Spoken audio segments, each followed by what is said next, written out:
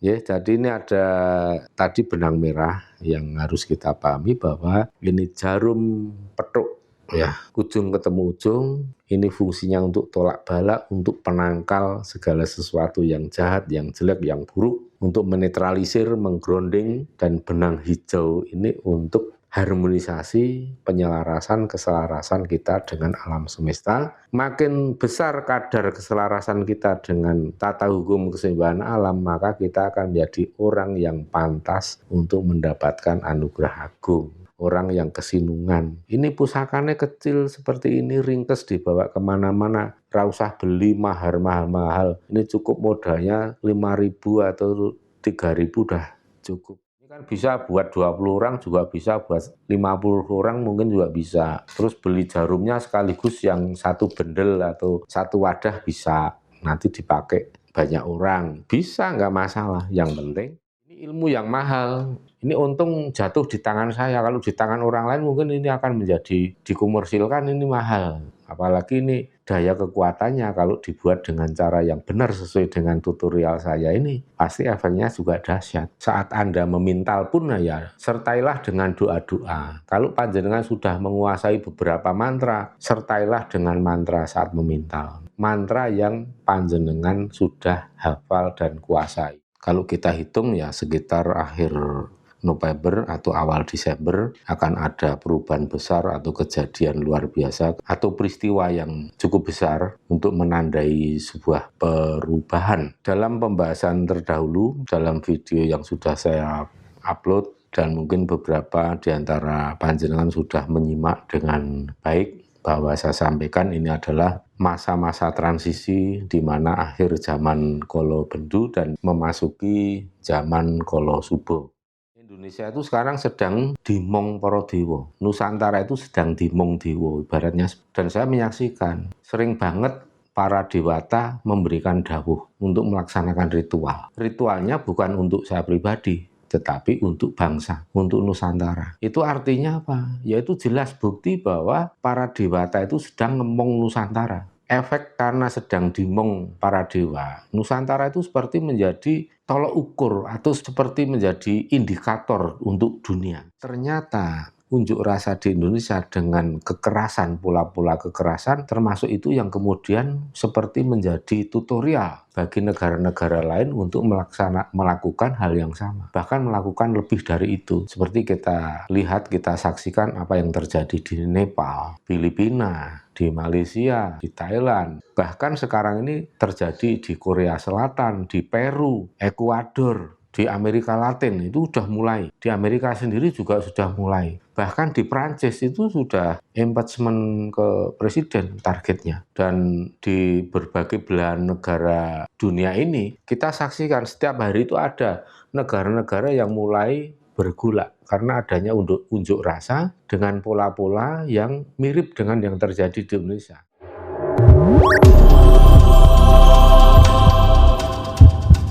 Jumpa lagi sedulur Surya KKS. Dimanapun berada, salam sejahtera, salam kebajikan, Om Swastiastu, Namo Buddhaya, salam Salam Rahayu.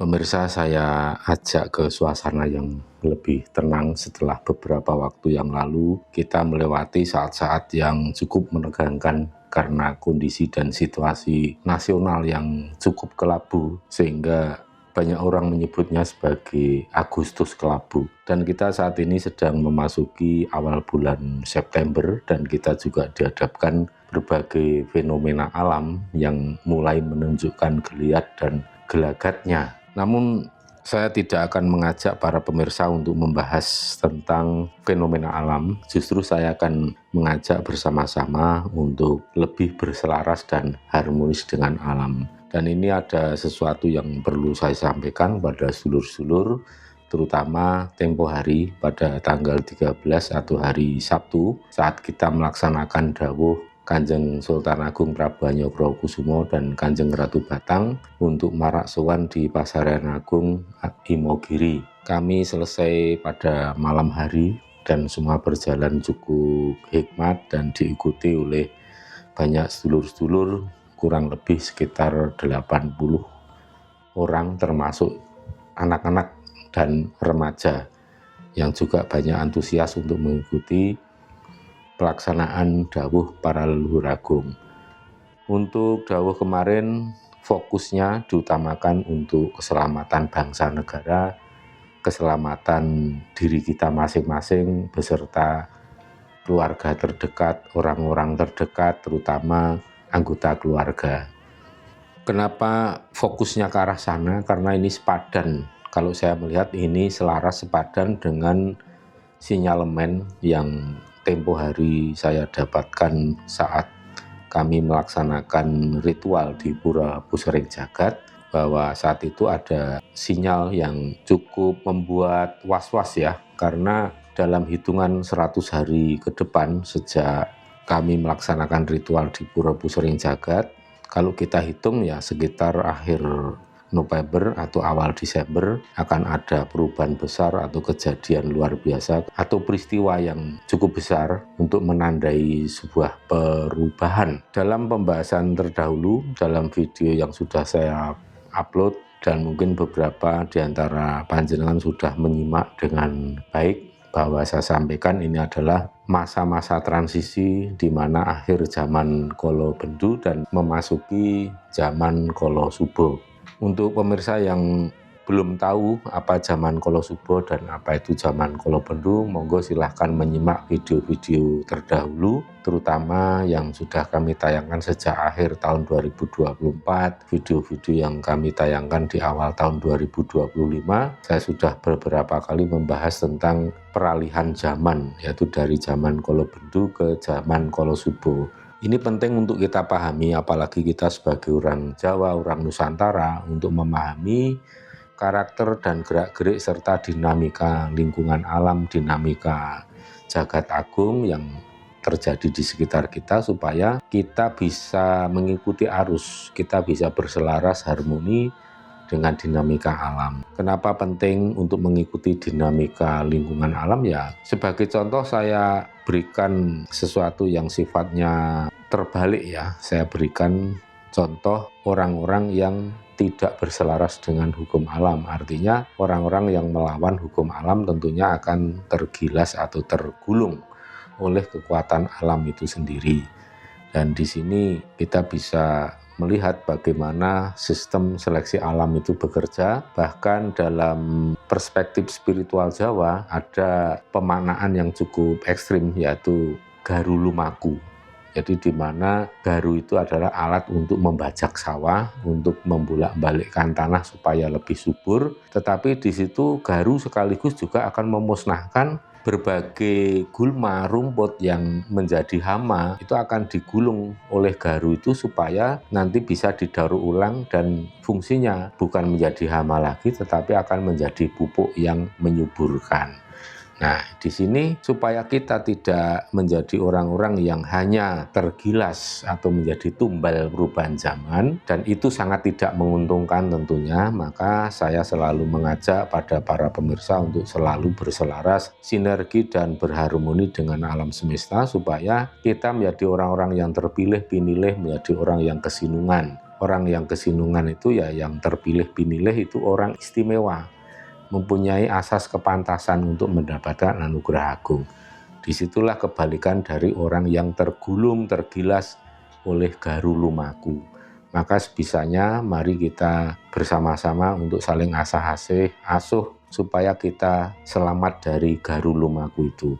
Dan melanjutkan pisowanan kita di Pasaran Agung Imogiri atau Pajimatan Agung Imogiri, pada keesokan harinya, yaitu pada hari Minggu pagi, Sinuwun Bangun Topo atau Susuhunan Pakubono yang ke-6. Sampeyan dalem sinuwun ingkang jumeneng Pakubono kaping 6. Atau yang lebih familiar juga disebut sebagai Sinuwun Pakubono 6 atau PB6, yang merupakan sosok pahlawan nasional yang nama beliau menjadi nama jalan di Jakarta Selatan, yaitu Jalan Pakubono. Dalam sejarahnya juga beliau dikenal sebagai figur yang membantu perlawanan perjuangan Pangeran Diponegoro menghadapi Belanda. Beliau dijuluki sebagai Sinuwun Bangun Topo karena memang getol gemar sekali dalam olah batin olah rasa melalui bertapa. Dan dengan bertapa juga memberikan kekuatan spiritual maupun memberikan support materi kepada Pangeran Diponegoro berupa biaya perang, sehingga Belanda betul-betul dibuat kacau balau dan waktu itu sampai mengalami kerugian sekitar 700 juta gulden. Dan itu membuat kerajaan Belanda sendiri mengalami kebangkrutan sehingga terjadilah separatisme dan saat itu lahirlah negara Belgia. Ya boleh dibilang Belgia itu ya bisa merdeka dari kerajaan Belanda karena perlawanan Pangeran Diponegoro dan Sinuwun Banguntopo atau Sri Susuhunan Pakubuwono yang ke-6. Pada keesokan harinya Sri Susuhunan Pakubuwono yang ke-6 rawuh datang ke rumah. Beliau menyampaikan terima kasih ingsun do nrimo ya nggir wis ngajak wong akeh putra-putramu untuk marak sowan, dan beliau sangat senang sekali karena makin banyak generasi muda, generasi bangsa yang makin peduli terhadap leluhurnya sendiri, terhadap para leluhur pribumi yang merintis bangsa ini, yang merintis Nusantara ini. Dan beliau lebih lanjut menyampaikan bahwa pada pagi itu beliau akan langsung ke Gunung Lawu untuk keperluan nyengkaake donga atau doa yang kita sampaikan, kita ucapkan, panjatkan pada saat kita marak sowan di Pajimatan Agung Imogiri. Itu yang kemudian seringkali diistilahkan sebagai kasengkaaken dening para ngaluhur atau disengkaake dening para leluhur. Itu artinya doa dan harapan kita itu ditopang, disupport oleh para leluhur agar vibrasinya itu bisa diterima oleh jagat agung, oleh semesta. Karena apa? Kita mungkin rajin berdoa, panjenengan juga sehari mungkin bisa berdoa berkali-kali. Tapi apakah doa itu bisa menembus ke jagat raya atau direspon oleh alam semesta? Itu belum tentu. Karena apa? Doa itu kan mengandung vibrasi, dan vibrasi itu bisa lemah, bisa kuat. Kuat atau lemahnya itu juga ditopang oleh seberapa banyak dharma kita, seberapa besar keselarasan antara kepantasan kita dengan isi doa dan harapan itu sendiri. Maka di sini perlu adanya campur tangan atau andil para leluhur untuk nyengkaake atau untuk mensupport, menguatkan vibrasi doa-doa kita agar bisa diterima oleh roh jagat agung, oleh jagat Dewa Bathara. Itulah peran leluhur, diantaranya seperti itu sebagai perantara. Doa kita juga tepat disilahkan seperti itu, atau doa-doa harapan kita kasengkaaken dening para leluhur. Itu memang nyata dan memang ada seperti itu. Nyatanya saya menyaksikan sendiri yang Sinuwun Pakubuwono yang ke-6 paginya pergi ke Lawu untuk nyengkaake doa harapan kita semua pada saat kita sampaikan, kita haturkan di Pajimatan Agung Imogiri. Kenapa mesti di Gunung Lawu? Ya karena di Gunung Lawu itu yang jelas di sana mempunyai kekuatan spiritual yang sangat besar. Makanya di Gunung Lawu itu merupakan salah satu dari Saptawerdi atau 7 gunung. 7 gunung itu di Jawa fungsinya ya tak ubahnya sebagai pura atau tempat untuk sembahyang atau untuk berinteraksi dengan spirit yang sangat tinggi. Dalam hal ini bisa spirit of the universe atau roh jagat agung yang lazimnya disebut Tuhan. Dan manifestasi di bawahnya ya meliputi para Bathara, dewa, begawan, resi yang sudah menjadi entitas luhur yang berada di kahyangan levelnya. Semua itu akan seringkali turun ke puncak-puncak gunung daripada di tempat-tempat yang rendah, karena memang sudah itu menjadi seperti hukum alam. Dan kita bisa melihat suatu kejadian di mana gunung muncul awan caping, awan lentikular. Itu menandai di mana saat itu sedang turun para dewata. Oleh karena itu leluhur jika menghaturkan doa-doa kepada entitas spirit yang lebih tinggi pasti akan memilih di puncak-puncak gunung sebagai puranya bagi tanah Jawa. Kemudian ada istilah Saptawardi atau 7 gunung. Ya diantaranya ada Gunung Semeru, Gunung Arjuna, Gunung Penanggungan, Gunung Merapi, Gunung Lawu, dan di Jawa Barat ada Gunung Halimun, ada Gunung Galunggung, nah, ada Gunung Argopuro. Nah, itu merupakan gunung-gunung yang menjadi pusat-pusat spiritual di tanah Jawa. Maka kalau leluhur memanjatkan doa, mengaturkan doa-doa itu di sana, tentu dengan harapan akan lebih mudah direspon oleh alam semesta, oleh jagat agung, oleh para dewa Bathara sebagai manifestasi dari Spirit of the Universe. Kalau memang doa-doa kita sudah digenggam, dibawa oleh para leluhur untuk dihadapkan kepada Spirit of the Universe di tempat-tempat yang keramat, yang sakral, di puncak-puncak gunung, itu bisa dikatakan ya 80% itu sudah akan terwujud. Jadi probabilitasnya sangat besar untuk terwujud. Walaupun terwujudnya kadang tidak langsung 100%. Doa yang kita haturkan bisa jadi terwujudnya nyicil. Jadi mboko sithik, misalnya per 10%, per 25%. Walaupun ada juga yang langsung glundung 100%, tetapi itu kan jarang terjadi ya. Kecuali doa-doa yang kapasitasnya atau porsinya kecil sekali, dan asas kepantasan panjenengan, asas kepantasan kita itu lebih dari apa yang kita harapkan dalam doa. Ya misalnya panjenengan yang sudah punya profesi sebagai pemborong atau sebagai kontraktor, tapi doanya hanya ingin mendapatkan uang 10 juta, ya itu sesuatu yang kecil, yang jauh di bawah kapasitas atau ya di bawah hak yang layak diterima. Jadi kalau doa itu ya kita harus mengukur, ini doanya terlalu kecil, terlalu sepele, atau sebaliknya doanya terlalu berat, terlalu besar dari asas kepantasan kita sendiri. Jadi itu harus selalu dievaluasi dalam diri kita, supaya kita juga memahami kenapa doa-doa kita tertunda, kenapa doa-doa kita itu tidak langsung terkabul, ya. Itu semua ada faktor.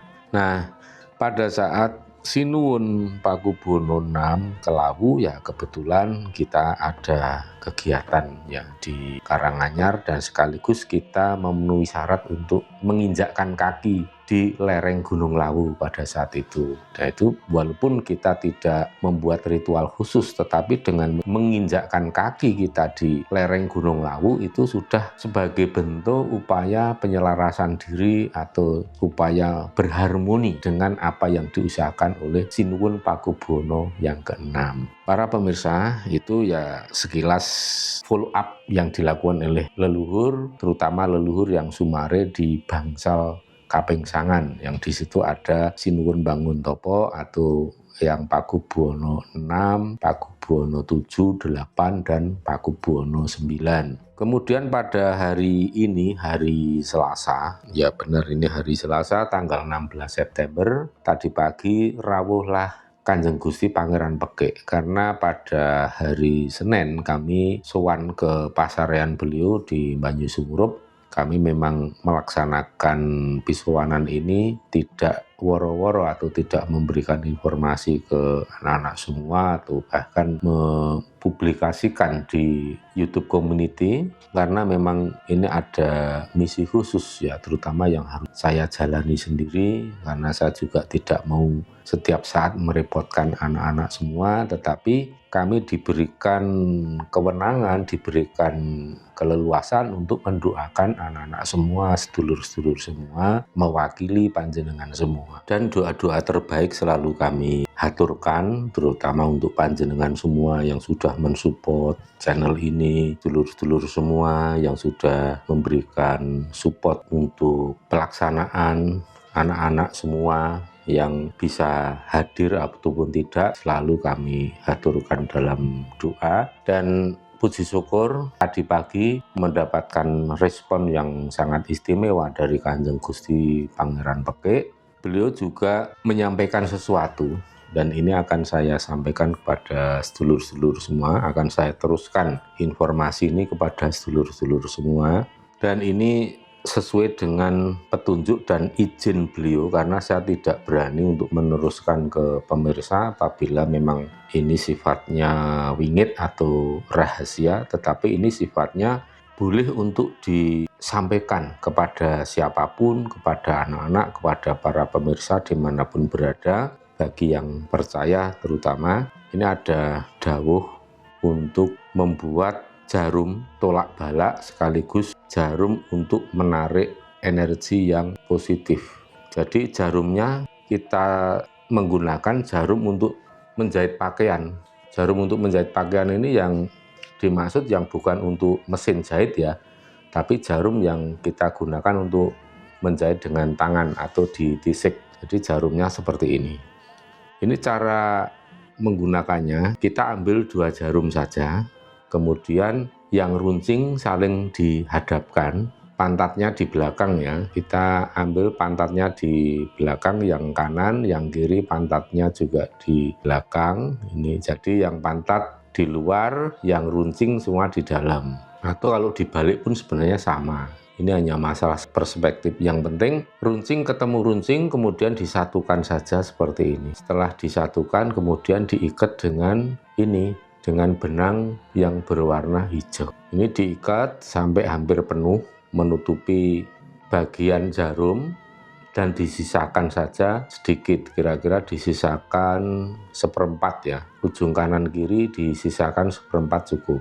Ini setelah diikat kemudian ditalipati, ujungnya ditalipati supaya tidak pudar. Setelah selesai diikat, ditalipati, ini benar-benar yang kenceng yang ikatnya, pakai ditekan, ditarik. Kalau terlalu longgar nanti nggak bisa mengikat, nanti bisa lepas jarumnya. Jadi intinya 2 jarum ini disatukan.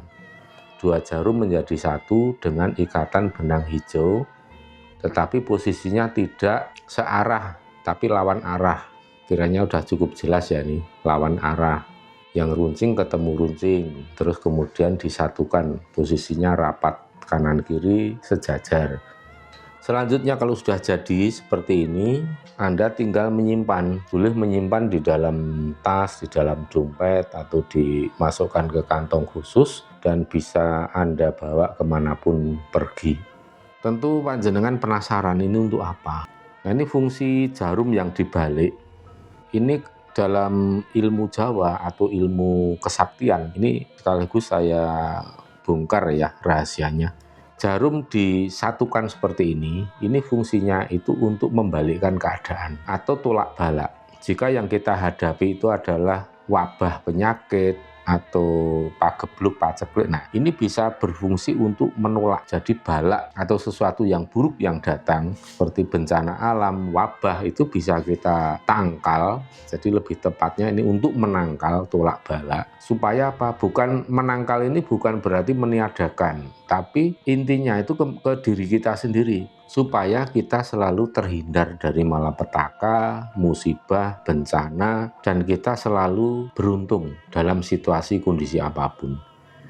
Ini saya pernah juga mempraktekkan yang ilmu seperti ini ketika ada sedulur yang mengalami kecelakaan dan tewas. Pada saat kita melayat itu ya ternyata kita baru tahu kalau ternyata tewasnya itu karena kena ini menjadi tumbal pesugihan saat melewati jalur-jalur yang bahaya, yang di situ banyak dipasang pesugihan. Nah, karena saya tahu pada saat layat, kemudian saya keluar dulu ke area layat itu untuk membeli jarum dan benang.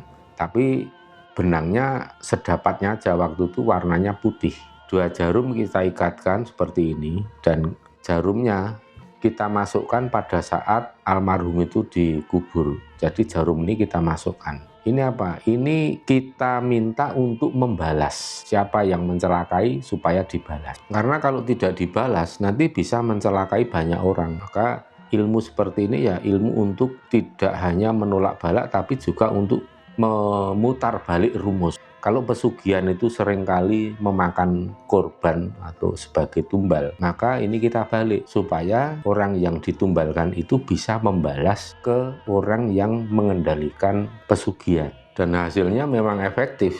Jadi nggak berapa lama, nggak nyampe 2 tahun, kira-kira setahun lewat lah.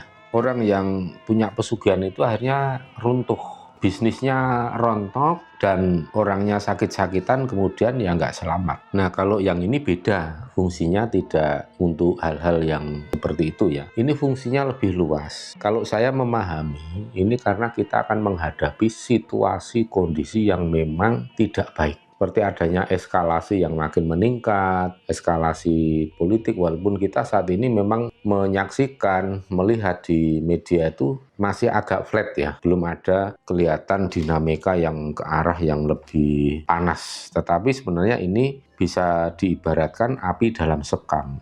Kalau tidak hati-hati ini bisa menjadi ledakan. Jadi ini sebenarnya orang itu tinggal menunggu seperti apa respon anggota dewan, seperti apa respon pemerintah.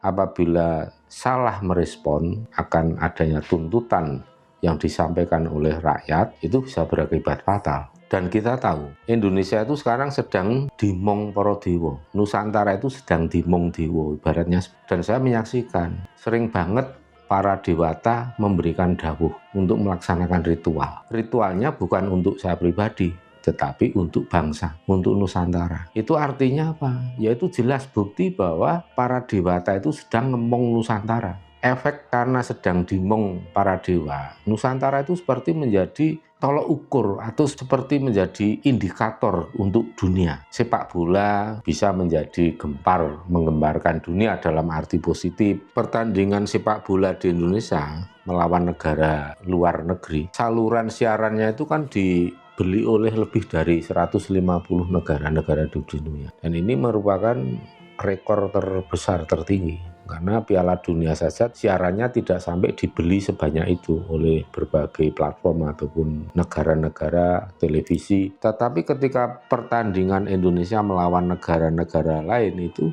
selalu laris manis. Hak siarnya itu dibeli oleh banyak negara sampai tembus di atas 150. Itu kan luar biasa. Padahal kalau kita pikir ya sepak bola Indonesia kan bukan sesuatu yang terhebat, terbaik kan enggak. Ya namanya aja baru mengalami progres perkembangan. Dari sisi permainan ya ada daya tariknya. Dan ada daya tarik lain yang lebih menarik dari sekedar sepak bola itu sendiri. Ada lagu kebangsaan, lagu tanah airku, itu ternyata bisa menjadi viral sedunia. Bahkan seni budaya tradisi juga sering banget menjadi viral di dunia. Apa-apa yang terjadi di Indonesia, ada YouTuber vokalis yang bernyanyi dengan suara emas menjadi viral. Gitaris juga menjadi viral. Banyak sekali hal-hal yang membuat dunia ini terkesima terhadap kejadian di Indonesia. Bahkan cara orang Indonesia yang begitu santai menghadapi situasi genting saat ada bencana, saat ada musibah atau apa, orang di Indonesia itu tetap bisa ketawa. Nah, akhir-akhir ini adanya unjuk rasa yang berujung kerusuhan. Ternyata itu juga menjadi trending dunia, bahkan trending nomor 1. Tidak hanya berhenti di situ, tidak hanya sekedar trending. Ternyata unjuk rasa di Indonesia dengan kekerasan, pola-pola kekerasan, termasuk itu yang kemudian seperti menjadi tutorial bagi negara-negara lain untuk melakukan hal yang sama. Bahkan melakukan lebih dari itu. Seperti kita lihat, kita saksikan apa yang terjadi di Nepal, Filipina, di Malaysia, di Thailand. Bahkan sekarang ini terjadi di Korea Selatan, di Peru, Ekuador, di Amerika Latin itu sudah mulai. Di Amerika sendiri juga sudah mulai. Bahkan di Prancis itu sudah impeachment ke presiden targetnya. Dan di berbagai belahan negara dunia ini kita saksikan setiap hari itu ada negara-negara yang mulai bergolak karena adanya unjuk rasa dengan pola-pola yang mirip dengan yang terjadi di Indonesia. Jadi yang menjadi target itu adalah simbol-simbol kekuasaan. Ya kantor Perdana Menteri, kantor Presiden, selain kantor parlemen atau Dewan Wakil Rakyat, tapi juga kantor-kantor pemerintah. Dari situ saya hanya mau mengatakan bahwa apa yang terjadi di Nusantara itu bisa men-trigger dunia untuk melakukan hal yang sama. Ya kalau dalam spiritual itu bisa dikatakan juga bahwa Nusantara ini terdapat cakra bumi. Bisa dikatakan cakra kundalini atau cakra yang mengendalikan cakra-cakra yang lain di permukaan bumi. Ini pusatnya ada di Nusantara. Maka kalau dikatakan suatu saat nanti Nusantara bisa menjadi mercusuar dunia, ya itu sebenarnya tidak terlalu mengada-ada ya, cukup realistis kalau saya katakan. Nah, sekarang kita kembali ke sini.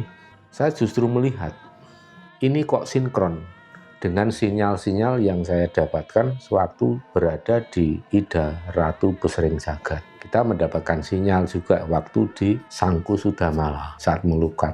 Di situ jelas ada peringatan, warning dari Dewi Saraswati, bahkan ketika di Pura Andakase dari Sang Hyang Brahma. Dan waktu itu Sang Hyang Brahma memerintahkan untuk segera pulang karena di Bali akan segera dilukat. Ternyata dilukatnya dengan cara banjir seperti itu. Dan itu hanya awal atau permulaan karena nantinya juga setiap daerah akan mengalami hal yang sama, pelukatan. Di panjenengan yang saat ini melihat di Bali banjir dan hari ini juga ada laporan tadi banjir lagi walaupun tidak sebesar kemarin. Ya jangan mengolok-olok, jangan terus ngolok-olok mengatakan di mana peran dewanya. Katanya ini kan dijaga oleh para dewa Pulau Dewata. Kok banjir? Loh jangan begitu. Kalau olok-oloknya dibalik gimana? Di Mekah juga kelelep kok di sekitar Ka'bah beberapa kali itu.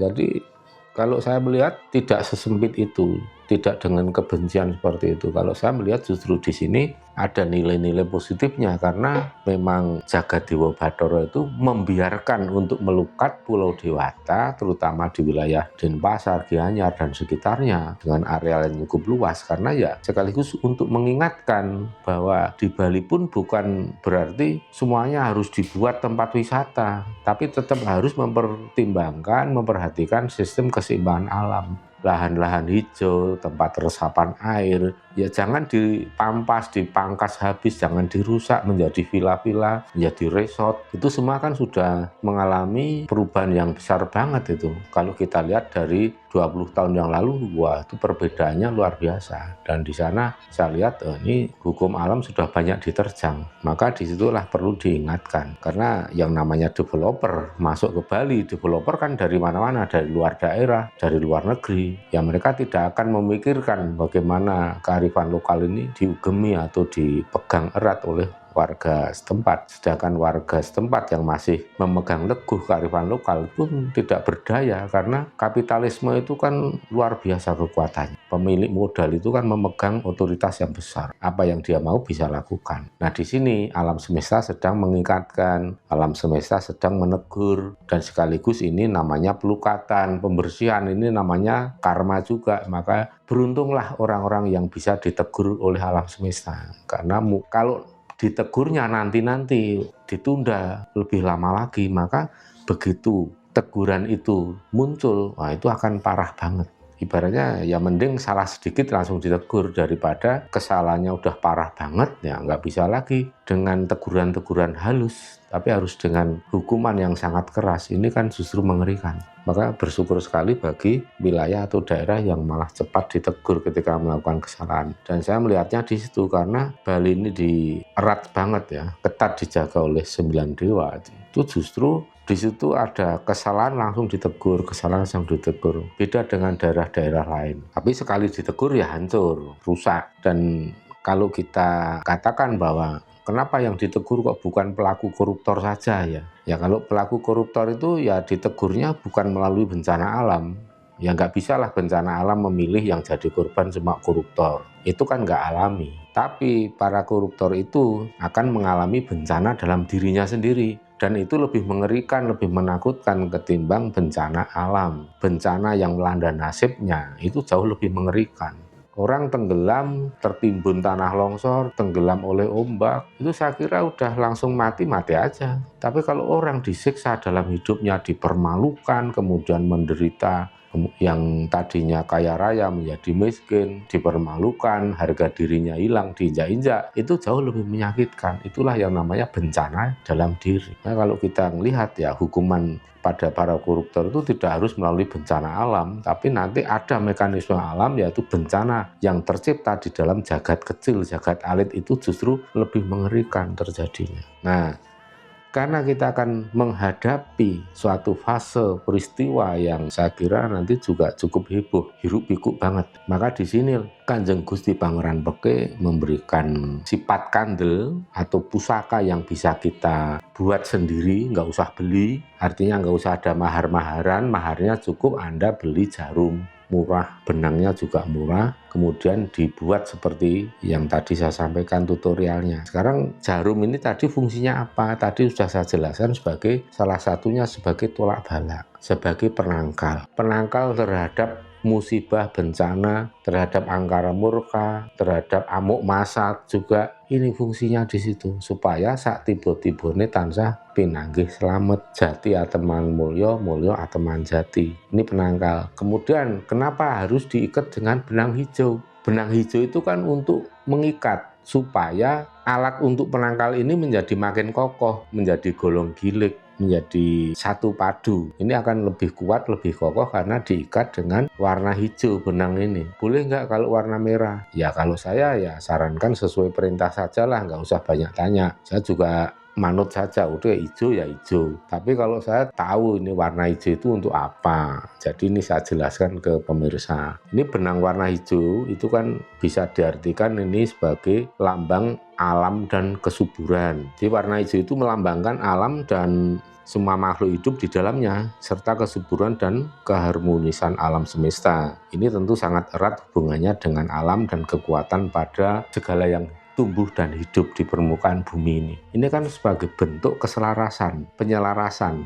Kita menggunakan warna hijau itu juga diharapkan tidak hanya melaksanakan perintah saja untuk diikat benang hijau, tapi juga harus tahu maknanya hijau. Maka di sini pemirsa jangan skip videonya supaya tidak gagal paham, karena semakin Anda memahami maka kekuatan itu akan makin dahsyat. Jadi nggak cuman elu saja, asal-asalan, taklid, ya, ngalor-ngalor, ngidul-ngidul, nggak tahu maknanya, tujuannya apa. Itu nanti menjadi hampa. Selain sebagai simbol alam dan kesuburan, ini juga merupakan simbol dari harapan hidup. Jadi di masyarakat Jawa itu mengasosiasikan warna hijau ini sebagai lambang alam sekitar yang juga bermakna harapan hidup. Inilah mengajarkan untuk hidup sembari menjaga kelestarian alam, kelestarian lingkungan. Kelestarian alam, kelestarian lingkungan itu tentunya harus dilandasi dengan pondasi yang namanya sikap welas asih. Tanpa sikap welas asih, ya apa yang buat mengikat? Ya pasti nanti motifnya transaksional, jual beli, tukar tambah, dan lain itu udah transaksional. Tapi kalau welas asih itu pasti dengan ketulusan. Maka ini leluhur itu pandai sekali membuat rangkaian yang bisa menjadi kekuatan, baik dalam berupa mantra, yantra, tantra, dan membuat pusaka seperti ini ilmu yang mahal. Ini untung jatuh di tangan saya, kalau di tangan orang lain mungkin ini akan menjadi dikomersilkan, ini mahal. Apalagi ini daya kekuatannya kalau dibuat dengan cara yang benar sesuai dengan tutorial saya ini, pasti efeknya juga dahsyat. Saat Anda memintal pun ya sertailah dengan doa-doa. Kalau panjenengan sudah menguasai beberapa mantra, sertailah dengan mantra saat memintal. Mantra yang panjenengan sudah hafal dan kuasai. Ya kalau misalnya saya belum punya mantra nih, gimana Romo? Ya udah pakai mantra bahasa Indonesia yang Anda karang sendiri. Yang penting kalimat itu keluar dari kedalaman hati, kedalaman rasa. Jangan cuma di mulut. Saat Anda mengucapkan mantra, kalau cuma di mulut pun ya itu hambar. Maka mengucapkan mantra itu akan jauh lebih efektif kalau menggunakan kedalaman rasa. Jadi nggak usah pakai cuap-cuap, ya, pakai bengok-bengok itu malah mandi. Tapi kalau mantra diucapkan dengan bengok-bengok ya hasilnya ya bengokan itu tok berbagi kuping. Nah sekarang arti warna hijau itu juga bermakna kesehatan dan kesejahteraan. Ini dalam primbon Jawa yang meyakini bahwa warna hijau itu dapat menenangkan sistem saraf. Nah ini leluhur itu hebat, cerdas, pinter, pengetahuannya luas. Ya, tapi orang-orang zaman sekarang itu seringkali ngenyek karo leluhur, ilmu jadul, ngapain itu udah tradisional kolot. Ya itu kalimat yang keluar dari mulut orang yang punya otak bodoh. Ya, otaknya bodoh, mulutnya yang keluar nyebelin, nggak enak, sangat nggak bermutu. Kalau nulis komentar pun juga komentarnya kelihatan SDM rendah banget. Nah makanya saya ajak pemirsa YouTube Surya KKS harus menjadi orang-orang yang tangguh, orang yang memiliki nilai kapasitas, kapabilitas yang tinggi, SDM tinggi. Ya, jadi ini dalam primbon Jawa, ingat nih, dalam primbon Jawa ini fungsinya besar banget. warna hijau dapat menenangkan sistem saraf. Itu sangat berkontribusi apa? Ya pada kesehatan fisik, kesehatan mental, dan kesejahteraan dalam arti secara esensi, kesejahteraan lahir batin. Kalau Anda sejahtera lahir batin, yaitu metabolisme juga akan makin bagus, semangatnya terkontrol, tidak fluktuatif, tidak terlalu melo, tidak terlalu cengeng, kolokan. Itu hidup akan jauh lebih bagus kualitasnya, dan orang-orang seperti itu akan memancarkan aura positif yang bisa menarik rezeki. Ini yang penting sekali saat ini. Anda menjadi orang yang punya aura daya tarik menarik rezeki. Bukan menarik lawan jenis, ya, tapi menarik rezeki. Nah, ini juga warna hijau kalau dalam spiritual Jawa, masih dalam spiritual Jawa, ini juga erat dengan yang namanya kesuburan atau Dewi Sri dan Raden Sardono. Kalau dalam bentuk patung itu wujudnya patung loro bunyo. Jadi patung manten, laki perempuan sepasang yang posisinya bersimpuh atau duduk jejer. Itu jadi loro bunyo itu harus sepasang, laki perempuan yang jadi manten. Seperti itu adalah lambang kesuburan. Kalau zaman dulu bentuknya bukan loro bunyo, tetapi lingga yoni. Itu sebagai lambang kesuburan. Nah, ini makanya kalau di Jawa, di dalam folklore Jawa yang sebenarnya bukan folklore, tapi memang nyata ada, karena saya menyaksikan sendiri bahwa hijau ini erat dengan kesuburan dan kekuatan. Jadi bahkan dalam khasanah ini ya, tradisi Jawa terutama di Jogja ini erat kaitannya dengan kekuatan Keraton Kidul. Ini sebagai bentuk kekuasaan spiritual yang dimiliki oleh Kanjeng Ratu Kidul. Itu memakai simbol-simbol warna hijau karena warna hijau itu sebagai melambangkan kekuatan spiritual. Maka kalau kita itu ke pantai selatan kemudian mengenakan warna hijau, itu ya pantangan, tapi bukan berarti terus langsung digulung ombak, enggak. Bukan seperti itu model cara bekerjanya. Tapi etikanya orang Jawa kalau ke pantai selatan, yang di sana merupakan entitas luhur, tempatnya entitas luhur sekelas Kanjeng Ratu Kidul. Itu bukan leluhur tapi entitas bidadari yang menjadi ratu atau menjadi raja dan memiliki kesadaran spiritual atau kekuatan spiritual yang sangat tinggi. Itu dilambangkan dalam bentuk warna hijau, simbol-simbol warna hijau. Makanya kalau kita datang ke sana, kalau kita mengenakan warna hijau, kita datang ke sana itu ya artinya di wilayah beliau kan. Kalau kita menggunakan warna hijau itu ya seperti hanya kita sombong, kita menunjukkan aku juga tinggi banget loh nih spiritualnya. Nah itu kan nggak pantas seperti itu. Ya itu sama saja Anda menghadap ke sowan ke leluhur tapi di badan tuh penuh dengan perhiasan ya, kalung emas, anting emas gede-gede, gelang emas, itu kan nggak etis. Kalau mau marak sowan leluhur ya sebaiknya perhiasan emas itu dilepas, kecuali misalnya ada cincin tunangan, cincin nikah, ya itu cincin kawin itu nggak apa-apa. Tapi kalau gemerlap untuk suatu yang sifatnya itu kemewahan ya sebaiknya dihindari, jangan sampai seperti itu karena nggak sopan. Jadi kalau kita ke pantai selatan pun ya sebaiknya janganlah memakai warna hijau karena nanti kita sepertinya orang yang menyombongkan diri, gagah-gagahan, seperti menunjukkan tingkat spiritual kita, padahal kita berada di hadapan siapa. Jadi kita harus bisa mawas diri, tahu diri, bisa menempatkan diri. Etikanya kan seperti itu. Nah, apakah kalau kita ke sana pakai warna hijau, kalau nggak digulung berarti aman selamat? Ya belum tentu. Karena Anda luput dari gulungan ombak, itu belum tentu Anda bisa luput dari gulungan nasib. Nah ini yang bahaya kan.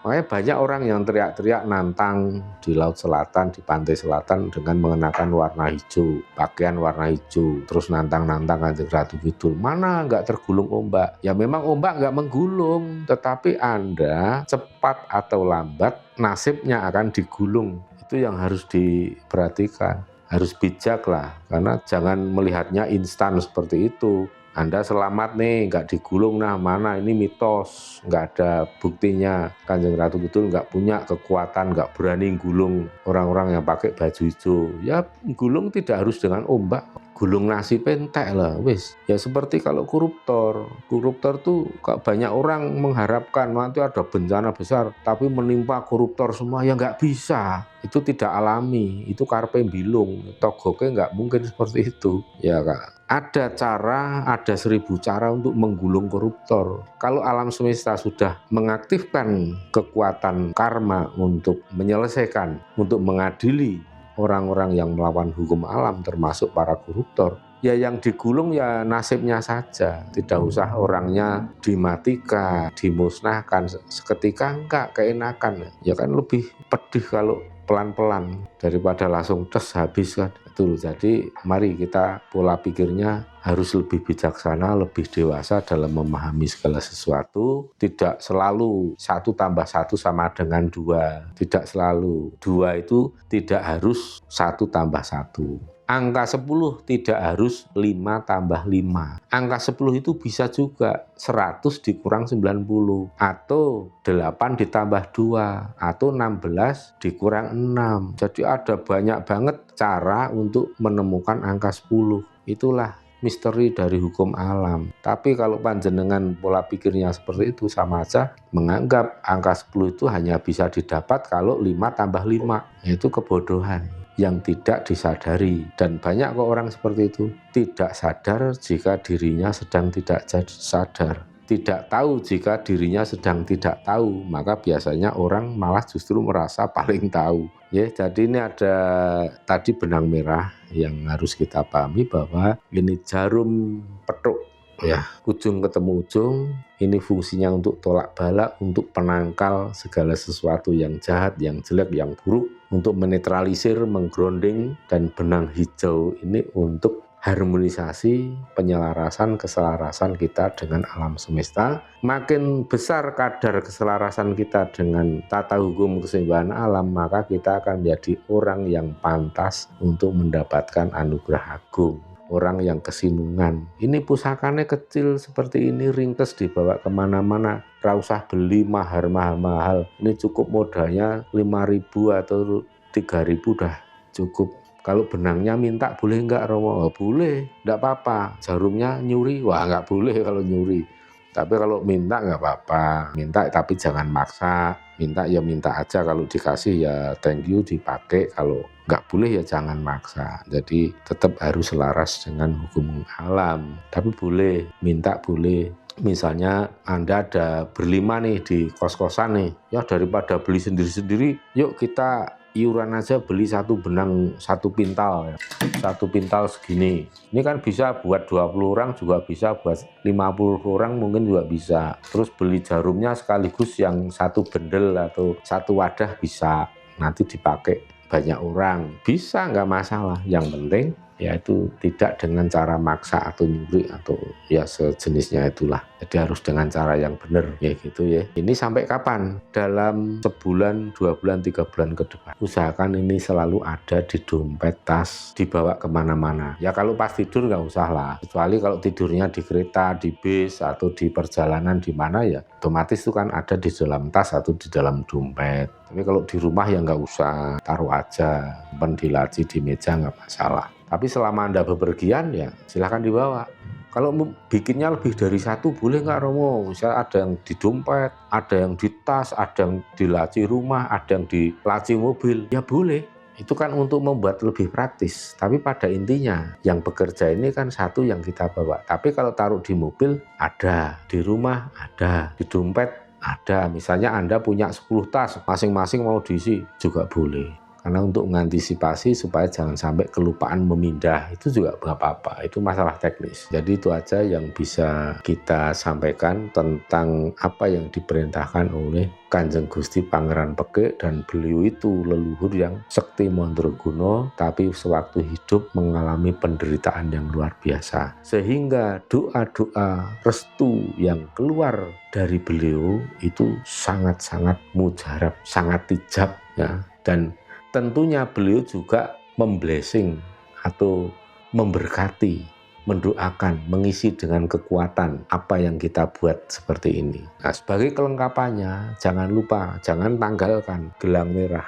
Ini adalah perintah dari Mahapatih Gajah Mada. Tetap dipakai, dikenakan karena tidak ada perintah untuk melepas saat ini, belum ada. Yang ada malah justru menggunakan gelang merah yang ada batunya. Dan sudah banyak kok yang mempraktekkan ketika menghadapi situasi yang darurat, yang genting, batunya dipilin-pilin, hentakkan kaki ke tanah 3 kali, sebut nama Eyang Mahapatih Gajah Mada, mohon pertolongan karena saat ini saya sedang dalam kondisi darurat. Itu banyak yang sudah mengalami keajaiban luar biasa.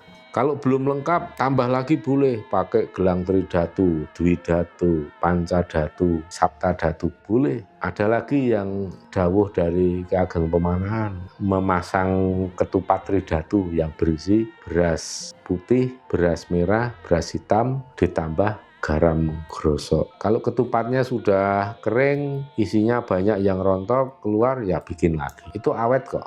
Bisa 3 bulan atau bisa 6 bulan. Kalau mau lebih aman biar nggak diendus tikus ya bisa dikantongi plastik ketupatnya, itu juga bisa. Kantong plastik yang tebel, terus dipasang di atas pintu yang biasa digunakan untuk keluar masuk setiap hari. Pasang 2 boleh, pasang 3 boleh. Kalau memang pintunya banyak ya pasang di semua pintu juga boleh. Tapi kalau perintahnya ya cukup 1 pintu yang paling sering dipakai untuk keluar masuk. Kalau semua dawuh leluhur itu disiplin kita laksanakan, akan beda, kondisinya akan beda. Sak tiba-tibane tansah nemu bejo, tansah nyandung nyampar sekar cempaka mulya, dalam kondisi yang paling sulit sekalipun selalu ada jalan kemudahan. Dan ini bukan latah, bukan omong kosong, tapi ini sudah ilmu yang nyata. Karena banyak yang mengalami, banyak yang menyaksikan manfaatnya, gunanya. Jadi testimoninya sudah gak kurang. Maka panjenengan yang percaya ya sudah, laksanakan saja sekarang. Kalau bagi yang gak percaya gak apa-apa, kita gak ada paksaan. Masing-masing orang punya